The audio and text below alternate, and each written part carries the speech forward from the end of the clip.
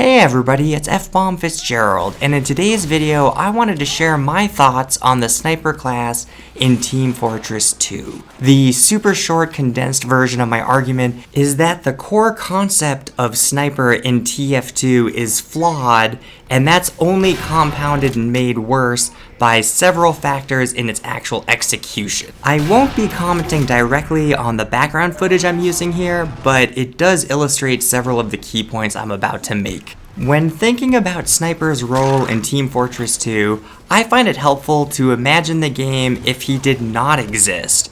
That would just be a game with 8 classes with unique abilities, but they all kind of share the commonality that they all fight in mid to close range, and there's a real risk-reward that comes with execution when fighting in these ranges. If you're a spy that misses their stab, you're in trouble. If you're a pyro that tries to reflect a rocket and you miss, you're in trouble.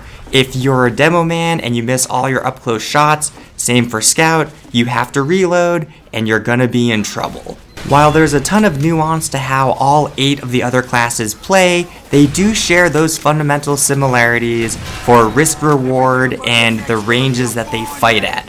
The one class that breaks this completely is Sniper, and what makes it worse is specifically how he breaks it.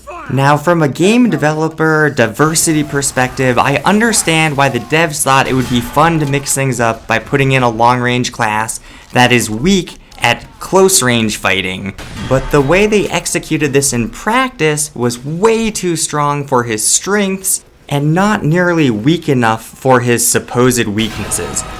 Let's start with his weaknesses, and 2 aspects specifically about that. The first is, if the sniper is caught out in close range, he's supposed to be at a disadvantage against every other class in the game.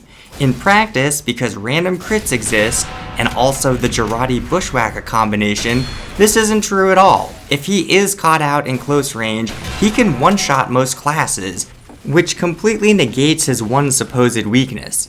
The other problem with him being weak supposedly at close range is he doesn't fight at close range, and if you're playing a map with incredibly busted sightlines like this one, you may either never encounter close range opponents, or they're going to have to work so incredibly hard just to engage you that it ends up being an insane advantage in your favor. I mean, look at this. I'm on a 17 streak without leaving my one position on the map.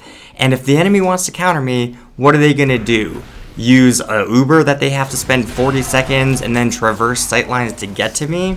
This speaks to the problem of risk-reward. The fact that I get such high benefit where I can one-shot everybody across the map at very low risk to myself, while my opponent has either no way of fighting back or has to work incredibly hard to even get into a 50-50 with me, that's just bad game design.